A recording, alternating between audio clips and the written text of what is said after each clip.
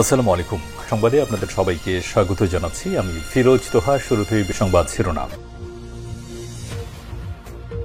পুরোদমে Iran, Israel এবং নিরীহ ফিলিস্তিনিদের মাঝে ভয়াবহ যুদ্ধ চলছে হামলা পাল্টা হামলা। এরই মাঝে আমাদের হাতে এসে পৌঁছেছে যুদ্ধের সর্বশেষ গুরুত্বপূর্ণ সবথেকে তাজা আপডেট সংবাদ আপনাদের জানিয়ে দিব। প্রথমেই জানাবো, গাজায় একদিনে ৭০ জন নিহত, সকাল থেকে ৪৭ জনকে হত্যা। গত ২৪ ঘন্টায় উপত্যকা জুড়ে বিভিন্ন হাসপাতালে কমপক্ষে ৭০ জনের লাশ আনা হয়েছে। একই সময় ৩৩২ জন আহত ব্যক্তির চিকিৎসা নিতে হাসপাতালে আসতে দেখা গেছে। আজ গাজা স্বাস্থ্য মন্ত্রণালয় এই তথ্য নিশ্চিত করে।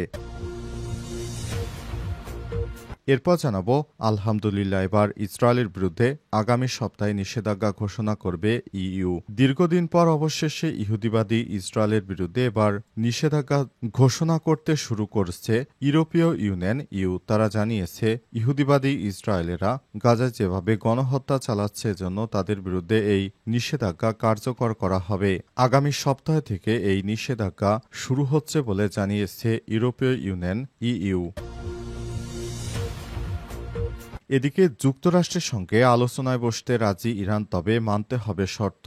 ইরানের উপপররাষ্ট্রমন্ত্রী মাজিদ তাখত রাভানচি বলেছেন, কূটনৈতিক আলোচনা আবার শুরু করতে চাইলে যুক্তরাষ্ট্রকে ইরানের উপর নতুন করে হামলা চিন্তা বাতিল করতে হবে। সূত্র বিবিসির।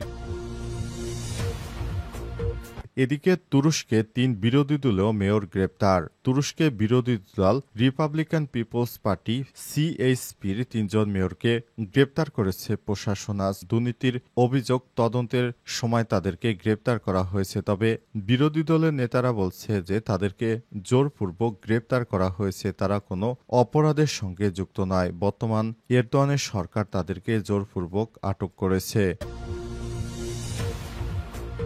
এবং সর্বশেষ জানাবো, বাংলাদেশে ঠেলে দিতে বিশেষ বিমানে করে ২০০ জনকে সীমান্তে আনল ভারত। ভারতের গুজরাট রাজ্যে বসবাসকারী ২০০রও বেশি ব্যক্তিকে সন্দেহভাজন অবৈধ বাংলাদেশে আখ্যা দিয়ে তাদেরকে গ্রেপ্তার করে বাংলাদেশে পাঠানো হয়েছে। তাদেরকে যে কোনো সময় বিএসএফ এর মাধ্যমে বাংলাদেশের অভ্যন্তরে পাঠিয়ে দেওয়া হবে। তাদেরকে অবৈধ বাংলাদেশি বলে আখ্যায়িত করে তাদের গ্রেপ্তার করে সীমান্তে নিয়ে আসা হয়েছে এবং বিএসএফ এর মাধ্যমে তাদেরকে বাংলাদেশের অভ্যন্তরে ঢুকিয়ে দেওয়া হবে। প্রিয় দর্শক, এতক্ষণ শুনছিলেন সংবাদ শিরোনাম, এবারে বিস্তারিত। তবে তার আগে বন্ধুরা, অনুরোধ থাকবে এই সংবাদটিতে একটি লাইক দিন। এই চ্যানেলে আপনি নতুন হয়ে থাকলে আমাদের সংবাদটি দেখতে দেখতে চ্যানেলটি সাবস্ক্রাইব করে রাখুন। কমেন্ট করে বন্ধুরা আপনার মূল্যবান মতামত জানিয়ে দিন আপনি বিশ্বের কোন দেশ থেকে বা বাংলাদেশের কোন স্থান থেকে আমাদের সংবাদটি দেখছেন এবং শুনছেন। আর বন্ধুরা, গাজা যুদ্ধে আপনি যদি নিরীহ ফিলিস্তিনিদের ভালোবেসে থাকেন, কমেন্টে ইয়েস লিখে বিশ্ববাসীকে জানিয়ে দিন। সংবাদটা আপনার সোশ্যাল মিডিয়া ফেসবুকে শেয়ার করে বন্ধুদেরও দেখার সুযোগ করে দিন। এবারে বিস্তারিত। গাজায় একদিনে ৭০ জন নিহত, সকাল থেকে ৪৭ জনকে হত্যা। গত ২৪ ঘন্টায় গাজা উপত্যকা জুড়ে বিভিন্ন হাসপাতালে কমপক্ষে ৭০ জনের লাশ আনা হয়েছে। একই সময় ৩৩২ জন আহত ব্যক্তি চিকিৎসা নিতে এসেছেন। আজ গাজা স্বাস্থ্য মন্ত্রণালয় এই তথ্য নিশ্চিত করেছে। ১৮ মার্চ হামাসের সঙ্গে ইসরায়েল যুদ্ধবিরতি ভঙ্গ করার পর থেকে কমপক্ষে ৬,৭৮০ জন ফিলিস্তিনি নিহত এবং ২৩,৯১৬ জনের বেশি আহত হয়েছে। ২০২৩ সালের অক্টোবরে গাজায় গণহত্যা শুরু হওয়ার পর থেকে ইসরায়েলি বাহিনী কমপক্ষে ৫৭,৩৩৮ জন ফিলিস্তিনিকে হত্যা করেছে। হামলায় ১,৩৫,৯৫৭ জন আহত হয়েছে। আরও হাজার হাজার মানুষ ধ্বংসস্তূপের নিচে চাপা পড়ে আছে। গাজার হাসপাতাল সূত্র আল জাজিরাকে জানিয়েছে, আজ সকাল থেকে ইসরায়েলি বাহিনীর হাতে কমপক্ষে ৪৭ জন ফিলিস্তিনি নিহত হয়েছে। আজ নিহতদের মধ্যে ৯ জন সাহায্য নিতে ত্রাণ কেন্দ্রে জড়ো হয়েছিল। গত নভেম্বরে আন্তর্জাতিক অপরাধ আদালত গাজায় যুদ্ধ অপরাধ ও মানবতা বিরোধী অপরাধের জন্য ইসরায়েলি প্রধানমন্ত্রী বেঞ্জামিন নেতানিয়াহু এবং প্রাক্তন প্রতিরক্ষামন্ত্রী ইয়োব গ্যালেন্টের বিরুদ্ধে গ্রেপ্তারি পরোয়ানা জারি করে। উপত্যকায় আগ্রাসনের জন্য আন্তর্জাতিক বিচার আদালতে ইসরায়েলের বিরুদ্ধে গণহত্যার মামলাও চলছে। এ অবস্থায় ইহুদিবাদী ইসরায়েলের বিরুদ্ধে এবার ব্যাপক হারে চটেছে ইরান এবং ফিলিস্তিনের হামাস যোদ্ধারা। তারা এক এক করে ইহুদিবাদীদের সমস্ত স্থাপনা ধ্বংস করে দিচ্ছে। ইসরায়েলের বিরুদ্ধে আগামী সপ্তাহে নিষেধাজ্ঞা ঘোষণা করবে ইইউ। ইউরোপীয় ইউনিয়ন পররাষ্ট্র নীতি প্রধান কাজা কালাস আগামী সপ্তাহে ইসরায়েলের বিরুদ্ধে গাজা উপত্যকায় আগ্রাসনের সঙ্গে সম্পর্কিত কিছু নিষেধাজ্ঞা ঘোষণা করবেন সূত্রের বরাতে ইউরাল অ্যাক্টিভ নিউজ এই খবর নিশ্চিত করেছে। ইইউ ইসরায়েল অ্যাসোসিয়েশন চুক্তির সম্পূর্ণ বা আংশিক স্থগিত আদেশ এবং কর্মকর্তা সেনা সদস্য নাগরিকদের বিরুদ্ধে নিষেধাজ্ঞা সহ বেশ কয়েকটি পরিস্থিতি বিবেচনাধীন রয়েছে বলে জানা গেছে। এছাড়াও সূত্রগুলো জানিয়েছে ইইউ ইসরায়েলের সঙ্গে বাণিজ্য সীমাবদ্ধ করতে পারে, অস্ত্র নিষেধাজ্ঞা আরোপ করতে পারে অথবা বৈজ্ঞানিক ও প্রযুক্তিগত সহযোগিতা স্থগিত করতে পারে। ইউরা অ্যাক্টিভ উল্লেখ করেছে ইউ এর সঙ্গে অ্যাসোসিয়েশন চুক্তি স্থগিত করা কেবলমাত্র জাতীয় সরকারগুলোর সর্বসম্মত সমর্থনের মাধ্যমেই সম্ভব। সংবাদ মাধ্যমটির সূত্র বলছে সম্ভবত ইউ নির্দিষ্ট ব্যক্তিদের বিরুদ্ধে নিষেধাজ্ঞার মধ্যে সীমাবদ্ধ থাকবে, যেমনটি অস্ট্রেলিয়া, যুক্তরাজ্য, কানাডা, নিউজিল্যান্ড এবং নরওয়ে ইতিমধ্যেই করেছে। 15 জুলাই ইউর পররাষ্ট্রমন্ত্রীরা এই সম্ভাব্য পদক্ষেপগুলো নিয়ে আলোচনা করবেন বলে মনে করা হচ্ছে। একই দিনে ইসরায়েল গাজা উপত্যকার তথাকথিত মানবিক পরিস্থিতির উন্নতির উপর একটি প্রতিবেদন উপস্থাপন করবে বলে জানা গেছে। যুক্তরাষ্ট্রের সঙ্গে আলোচনায় বসতে রাজি ইরান, তবে মানতে হবে শর্ত।